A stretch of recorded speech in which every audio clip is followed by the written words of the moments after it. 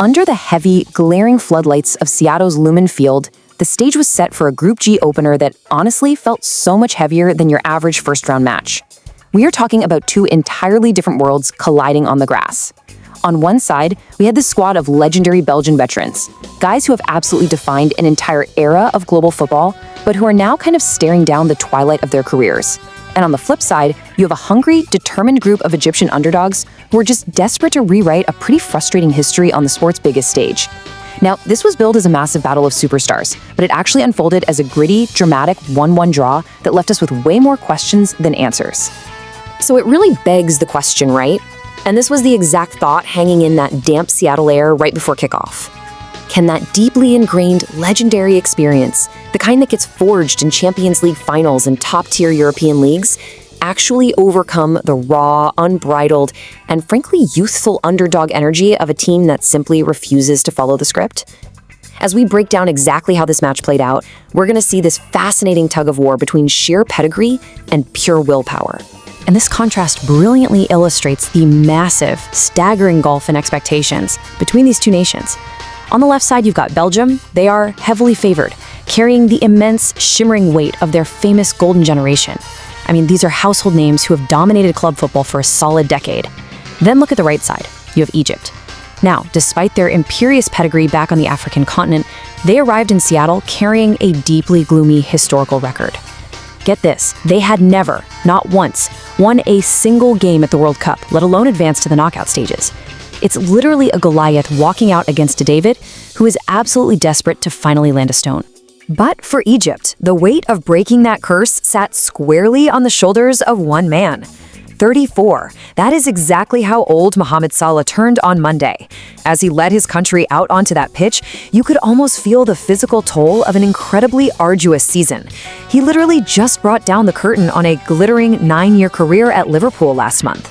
Now, the immense, suffocating weight of an entire nation rests entirely on him. We know he's a man so accustomed to carrying the hopes and dreams of millions, but at 34 years old, you really have to wonder just how heavy that burden truly feels as he sweats through yet another grueling international campaign. But hey, if he was feeling the pressure, he certainly didn't show it early on. Just 21 minutes into the match, boom, the ball hits the back of the net. Salah, proving exactly why he is a talismanic forward, spots the run perfectly, tees up Emam Ashour, and Ashour just buries a superb opening goal. The 21st minute, and Egypt is suddenly in the lead. It was absolutely electric, just a stunning moment that proved Egypt was setting themselves on the path to finally breaking that gloomy, winless record. And you know what? That goal was no fluke. It was exactly what Egypt deserved. They completely shed that whole underdog label. Hussam Hassan, Egypt's head coach, said it best, and you can just feel the pride here. But now we have a generation who belong on this stage. And you could see that fierce, undeniable pride in how they actually played the game. They were hassling and harrying Belgium all over the pitch. Players like Mustafa Zico and Omar Marmoush were playing completely out of their minds, forcing these incredible, desperate saves from the legendary Belgian goalkeeper Thibaut Courtois in the first half. They weren't just participating in this match, they were dictating the terms of the game. Which brings us to the next chapter of this explainer, a poetic near miss, the agony of the icons. As the game wore on into the second half, the frantic energy we saw earlier started to settle into something entirely different. The stadium lights seemed to glare just a bit harsher as the reality of that ticking clock really set in. We entered a phase of the match that felt deeply reflective, almost melancholic in a way, as the modern-day titans of the sport struggled to bend the game to their will. The agonizing frustration out there on the pitch was just palpable. It felt almost poetic in its cruelty. First, you have Mohamed Salah, trying to double the advantage, connecting with this point-blank header from close range, but it's saved. Then, just seconds before that, on the exact opposite end of the pitch, Belgium's maestro Kevin De Bruyne steps up to the edge of the penalty area. He unleashes this curling, absolutely beautiful free kick, and it just rattles off the post. No way. Two modern-day legends completely unable to find that customary brilliance that we've seen from them 1,000 times before. And then, here's the ultimate symbolism. Both of these icons, Salah and De Bruyne, are substituted off the pitch while the game is still entirely in the balance. The match was quite literally slipping through their fingers.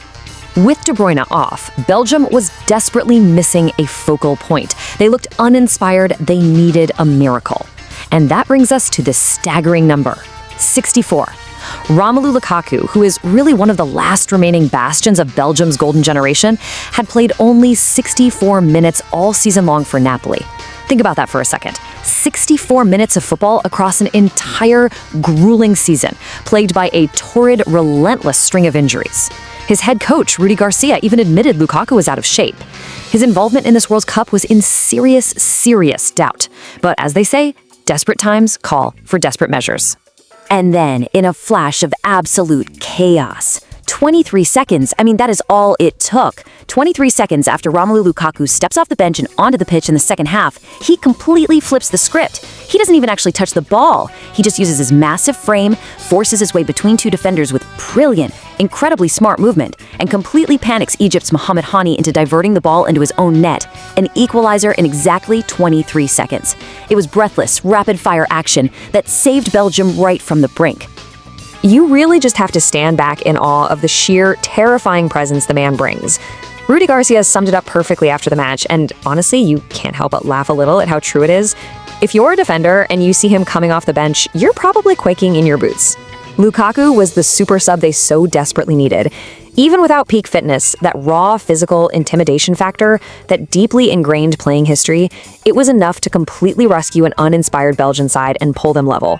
So what comes next? Let's look ahead and see how this builds for the rest of the tournament.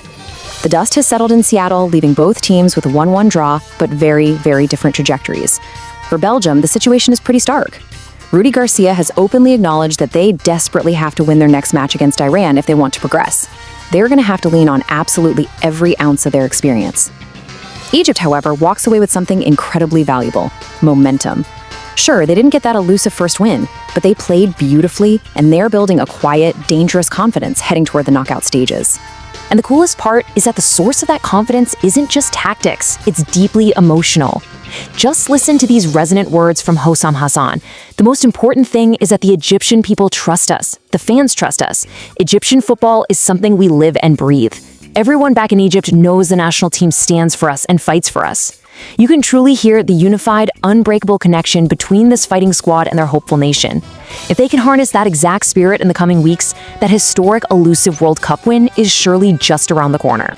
So the crucial point we are left with as we wrap up this explainer is this. We watched titans of the game struggle, and we watched absolute underdogs rise to the occasion.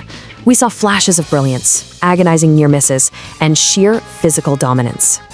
But as this tournament grinds on, will Father Time finally catch up to these fading legends? Or do the likes of Salah, De Bruyne, and Lukaku have one more magical, unforgettable run left in them? Keep watching, because this World Cup story is clearly just getting started.